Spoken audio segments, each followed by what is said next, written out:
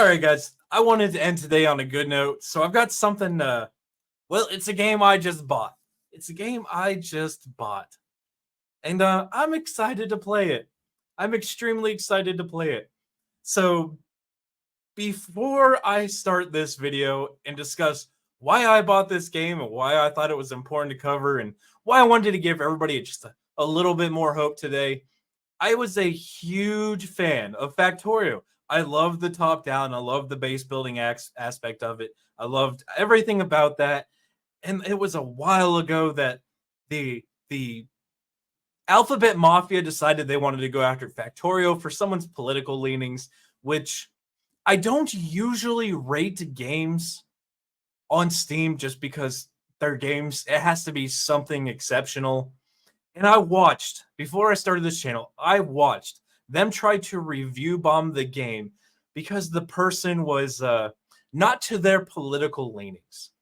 And that was one of the many triggers for me that just helped me decide that I wanted to pull the trigger and start covering topics like this. Because Factorio was a phenomenal game. I absolutely love it. I love the gameplay. I love the style of it. I love that it tickles my autism. Yes, I'm willing to admit it.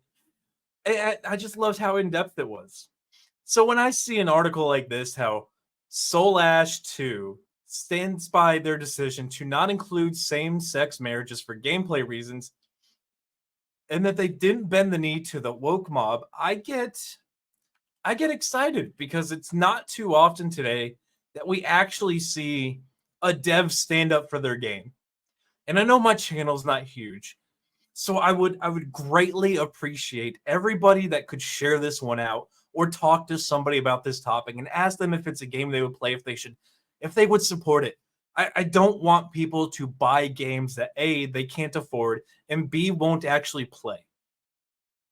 Because yes, your money might help a little bit, but I don't want to reinforce the narrative that you have to buy a game that is to your political leanings. I want people to enjoy good games. That's all I've ever wanted, is people to enjoy the games that they like. If you don't like a game, that's cool. It's not for you. But if this is a game that you would like, absolutely support it. But I mean, here we go. A sequel to Simorowski's original Soulash, the aptly titled Soulash 2, is described by the developers as sandbox RPG roguelike with procedurally generated open world, simultaneous simulated history, skill-based progression system, customizable abilities, material-based crafting, building, trading, and the possible of total mayhem. That tickles my fancy. It really does. So going to the release sometime around March 2025. Now that's the full release. The game is out now. But on August 15th, the solo dev released the version 0.8.6 updated for Soulash 2, which notably saw Simorowski moving to introduce one of the game's most requested features, the ability to start a family. And if you're watching my channel, you probably understand what that means. It means you are going to trigger the Alphabet Mafia, who are mad because, well, man and woman, family, things that they don't like to hear. So here we go with the quote. I have the first of the two parts of the family feature, where you can start your new family in your settlement, marry someone to move to your own town and family, and have children with them. By having your own family, you can also start working at your buildings as another way to generate wealth, train your potential, or just progress the world a couple of years by ensuring your legacy lives on after your inevitable doom. I kind of like that, the way that that's worded. That's a good one. Props. I know other devs, like the ones made Medieval Dynasty, said they considered it too late to put it into the game. I just wanted to see if it was something on your radar, or if it would be safe for you to implement in the future. Thank you for your time and dedication to the game and this community. So everybody who's actually cared about the game wanted this. Everybody who's bought the game wanted this, and he put it in there. Props. Hats off. Well, hats on. I put my hat on when my hair's still wet. It's going to look terrible. I'm not taking my hat off. But of course, we know what that means now, is that people are trying to review bomb his game for having family. And I absolutely love this tweet from Arthur here. It is no longer ugly mixed reviews. The tide has turned. Never give up on your vision for a handful of extremists and focused on making the best game you wish to share. It's your name attached to it. Be proud of your work and let it be known. And I absolutely love it. I absolutely love it. I personally have not reviewed this game. I just bought it because it looks like something I play. I'm looking through these tweets. This guy seems based as fuck. I dig it. I dig it.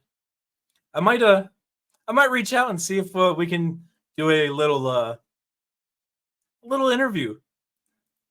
But this is the tweet that got me where I was like, okay, I like this guy. I'm gonna try his game out. I'm gonna give it an honest review. Arthur says, my grandparents survived the Nazis. My parents endured communism. I had to live through religious oppression since the age of 10. And now some spoiled brat think I'll bend the knee to the rainbow flag or else they'll type some words. I already have a flag I'm proud of. And for me, I can semi-relate to this. I may have lost some grandparents to some evil Nazis,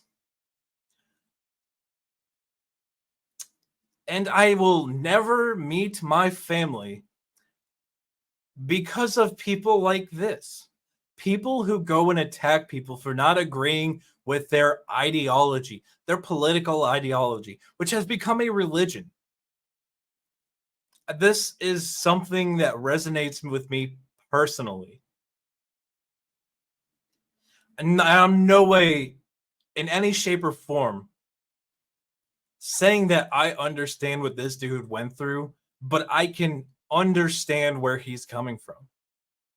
I had the privilege to be born in the US. I had the privilege that at least some of my family escaped from the bullshit that was going on. I grew up with those stories, and now I'm watching that exact same trash happen to a place where I live, and I absolutely hate it. I can read all the history books I want. I can provide my anecdotal stories. And I still believe that the right path is to stomp out this Marxist communist ideology that is being enforced by DEI policies, by people who are intimidating people. And it's the people who aren't scared to stand up and say no are the ones I will back 100%. So with that being said, here we go with the game on Steam, Soulash 2. If it's your type of game, absolutely buy it. As you can see here, I'm not bullshitting. It's in my library. I bought it. I am going to play it. I'm going to give it an honest review on Steam. I have no doubts that I will enjoy the game. If this is a game you would like, or you think you would like, buy the game. Support people who don't bend the knee to this woke nonsense. Instead of buying these $40 Concord games or the Spider-Man games where in the West it has the alphabet mafia flags, but as soon as it's in the Middle East or Asia, they delete those flags because they know nobody wants it, which only means they're pandering and they don't care about any of this stuff. They're just pandering. Buy a game like this instead. So I'm going to put the Steam link and the game name in the video description. Check it out, guys. If it's a game you like, do buy it. I'll say it again. I want people to buy games they enjoy. It would feel like a waste of money if people just bought games they never played. But while you're looking at the description, guys, make sure you smash that like button. Make sure you subscribe. Make sure you share this one out. It would greatly help not only me and my channel, but I'm sure Arthur wouldn't mind getting a few extra copies of this game sold. But until the next one, guys, be easy like sleazy.